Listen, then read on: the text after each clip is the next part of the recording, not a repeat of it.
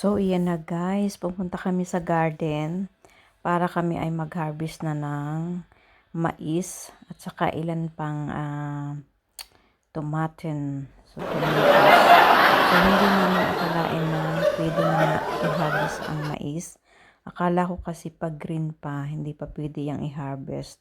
Sabi ng kaibigan ko, harvestin na kasi medyo iedad na siya. Tama siya, kahit green pa, pwede na nga siyang i-harvest. Kaya yan na-surprise ako. Ang ganda ng laman niya. Ay, yung iba, merong walang laman ang kalahati pero maganda naman yung kalahati din. Pero meron din naman buo.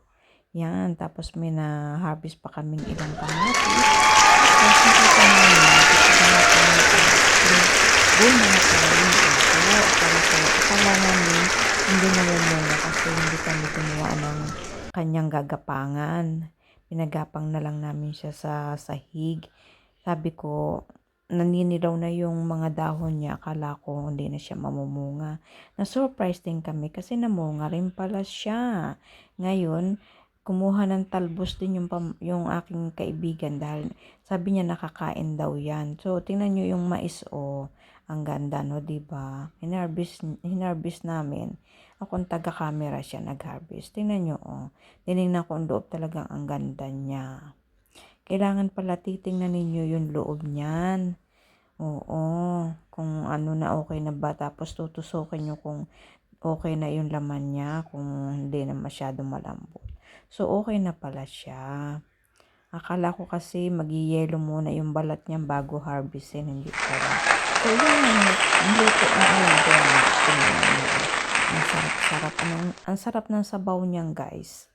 Ininom ko ang tamis na malinamnam, parang mais soup. Tapos yan, yung talbos ng ng upo, niluto na rin kasi iniulam namin. Tapos nilagyan niya ng tofu. Kasarap-sarap. Tapos yan, kinain ko na yung mais after na kumain ako ng dinner. Yung friend ko yan, sa kanyang mais yan. Sa akin, nilagyan ko muna ng butter para mas lalong malinamnam. Ay, grabing init. Tapos yan, inubos ko muna yan, yung talbos ng upo. Kumain muna ako ng kaunti bago yung mais. Napakasarap ng kain ko ngayong gabi na ito. Tingnan ninyo, ang sarap, na surprise talaga ako sa mais na yan. Kasi hindi siya katigas, hindi siya masyadong matigas. Malagkit siya na malambot. Ang ganda ng pagkaluto din. Ay, grabing sarap ng mais. First time kong kumain ng ganitong kasarap ng mais. Ano ko yung sa Pilipinas, diba? Yung